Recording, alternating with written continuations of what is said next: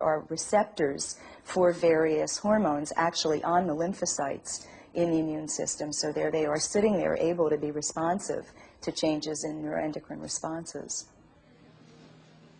One area in which the interaction between psychological factors and the immune system may have important impact is human fertility. Rodin is exploring this question with infertile couples. We're interested in couples who have infertility of unknown origin, and many of them come to in vitro fertilization, which is an opportunity to actually have a fertilization outside of the uterus and then have the fertilized egg implanted in the uterus. And while it's biologically a very precise procedure, the success rate is only about 20%. And we're interested in the question of whether the stress of the procedure itself may cause a set of immune responses that make the woman less likely to accept the fertilized egg. So it's a very important model system for really looking at the effects of psychological variables, in this case stress, on a very major biological outcome, implantation. We're not saying that immune factors are the cause of the infertility. We're saying that immune factors may be the cause of the rejection of the fertilized egg in this unique experimental procedure, in vitro fertilization.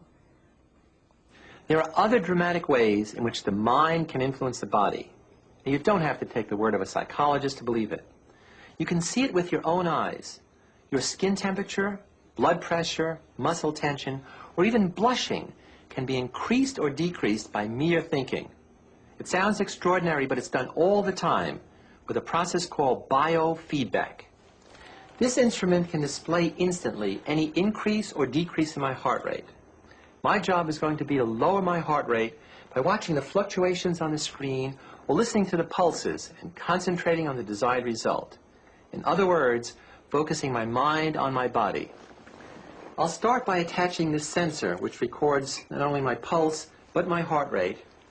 And looking at the screen, first establish my base level, which is about 73, 75 beats a minute. And now I'll try to lower it by relaxing, focusing my mind on my body.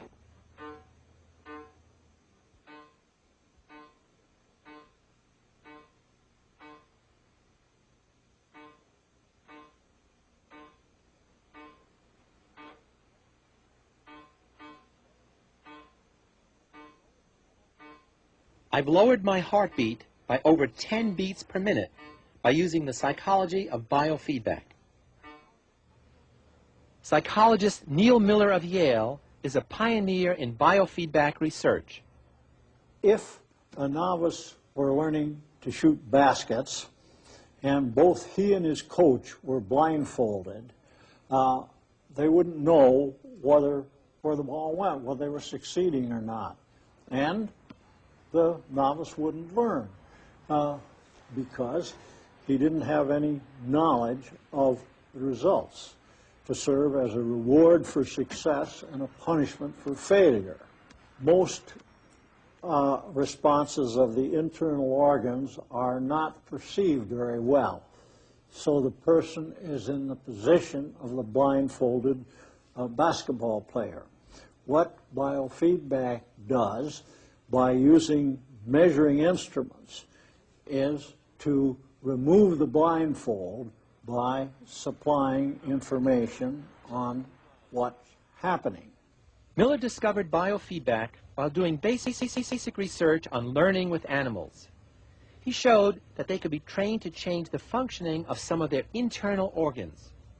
The basic research, which is guided by how the facts of nature fit together to understand how nature works, is important for leading to progress, because if one doesn't know how something works, it's much more difficult to fix it.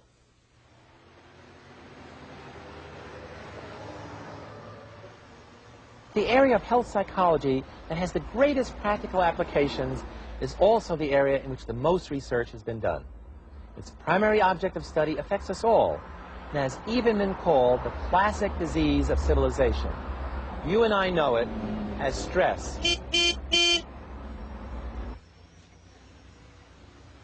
Stress is defined scientifically as the pattern of responses an organism makes to events that disturb its equilibrium, tax its ability to cope, or exceed its ability to cope.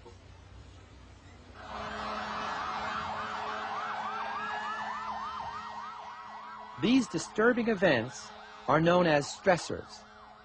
They may be part of the physical environment, noise, overcrowding, disease, natural disasters, or they can come in other forms, from the social environment, unemployment, crime, family troubles, the loss of a loved one. Then there are life's little hassles, like being late. Sorry I'm late. Oh, well, okay. This is a rating scale of stressful events and their impact, devised by several psychologists. It begins with relatively minor events and gets progressively worse. Notice that stress isn't just a matter of external events.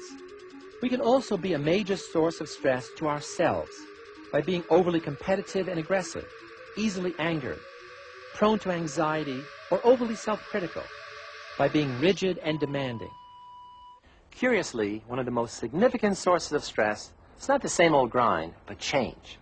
Virtually any event that represents a change from the ordinary can be a stressor. That includes primarily negative events, such as illness and failure, but also positive ones such as marriage or sudden success. The reason is that change, any change, demands an adjustment to new circumstances, an attempt to restore equilibrium. The greater the change, even a positive one, the greater the adjustment one has to make. That's why the stress of a sudden good fortune can sometimes be as great as that of a small tragedy. As your stress accumulates, the chances of your getting seriously ill in the next few years increases significantly. The correlation of life change events and subsequent illness has been documented in a number of studies. We have learned that many diseases have no single specific causes, but are due largely to non-specific stress. The earliest research on stress was conducted by a Canadian physician, Hans Selye, who studied stressors that threaten the physical functioning of animals. Selye discovered a general reaction to stress that was not tied to the particular nature of the stressor. He called it the general adaptation syndrome and characterized it as having 3 stages.